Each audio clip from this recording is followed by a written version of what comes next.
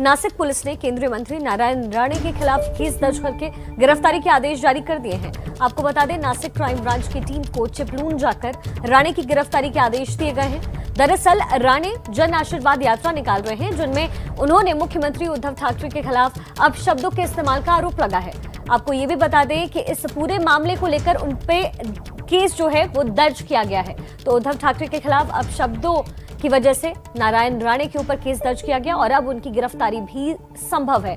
ज्यादा जानकारी के लिए आपको सीधे लिए चलते हैं संवाददाता रौनक कुकड़े के पास।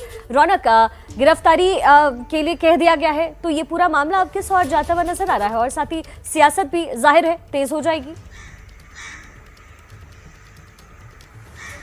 ये निश्चित तौर पर सियासत देखने को जरूर यहाँ पर मिलेगी, क्योंकि जिस तरह से केंद्रीय मंत्री नारायण राणे का जो दौरा, जन आशीर्वाद यात्रा जब से महाराष्ट्र में शुरू हुई है, तब से ही यहाँ की उद्धव ठाकरे सरकार जो है वो नारायण राणे को लेकर काफ़ी एग्रेसिव दिखाई दे रही है। मुंबई में करीबन 22 एफआईआर जो है इसके पहले ही दर्ज की जा चुकी है। हालांकि इन एफआईआरों में नारायण राणे का नाम अब तक नहीं था। जो आयोजक थे इन जन आशीर्वाद यात्रा के, जहाँ जहाँ से यात्रा गुजरी है वहाँ के आयोजकों के खिलाफ मुंबई पुलिस ने जो है वो मामला दर्ज किया था। लेकिन अब जब ये यात्रा कल कोकण इलाके में पहुंची है, जो शिवसेना का गढ़ कहा जाता है, और नारायण राणे भी इस कोकण इलाके से आते हैं, इस इलाके में महाड़ एक एरिया है जहां पर कल नारायण राणे ने एक प्रेस कॉन्फ्रेंस को देर शाम संबोधित किया। और इस संबोधन के दौरान निश्चित तौर पर जिस शब्दों का इस्तेमाल उन्होंने महाराष्ट्र के मुख्यमंत्री उद्धव ठाकरे को लेकर किया है, उसको लेकर शिवसेना जो है वो काफी भड़क गई है। और इसी वजह से मुख्यमंत्री का अपमान करने के मामले में उनके खिलाफ नासिक में साइबर ब्रांच में मामला जो है वो दर्ज किया गया है। और हमें जो जानकारी मिल रही है,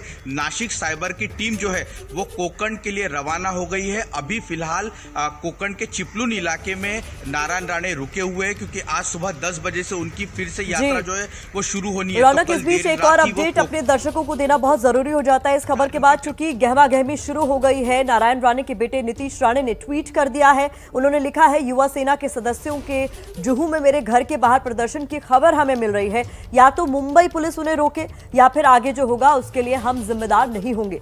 शेर की गुफा में घुस आने की गलती ना करें, हम इंतजार कर रहे हैं। तो ये लिखा है नीतीश राणे ने। रौनक कुकड़े का रुख एक बार फिर से कर लेते हैं। तो इस पूरे मामले पर, जैसा कि आप कह रहे थे रौनक, की सियासत गर्म होगी, नीतीश राणे का ये ट्वीट क्या बताता है? जी देखिए, नीतीश राणे और राणे फैमिली के निश्चित तौर पर अगर एक एग्रेसिव हमेशा से जो है वो देखने को मिला है। और इस ट्वीट के माध्यम से भी वो जिस तरह से शिवसेना को एक तरह से चेतावनी देने की कोशिश कर रहे हैं, और ये चाह रहे हैं कि इस तरह का हंगामा होना चाहिए जिसका वो माइलेज अपने इलाके यानी खासतौर से कोकण इलाके में उठा सके। मुख्य तौर पर आपको पता है कि जब से केंद्रीय मंत्री का पदभार जो है वो केंद्रीय मंत्री नारायण राणे ने स्वीकारा है, उसके बाद से लगातार वो शिवसेना पर हमला कर और सीधा मुख्यमंत्री उद्धव ठाकरे पर हमला बोल रहे हैं। और ये जो ट्वीट जी रौनक, लगातार अपनी नजर बनाकर रखिए। तो अब ऐसा है कि महाराष्ट्र में पूरी तरीके से सियासत एक बार फिर से जोरों पर है। आगे जो कुछ भी होगा हम सबसे पहले आप तक पहुंचाएंगे।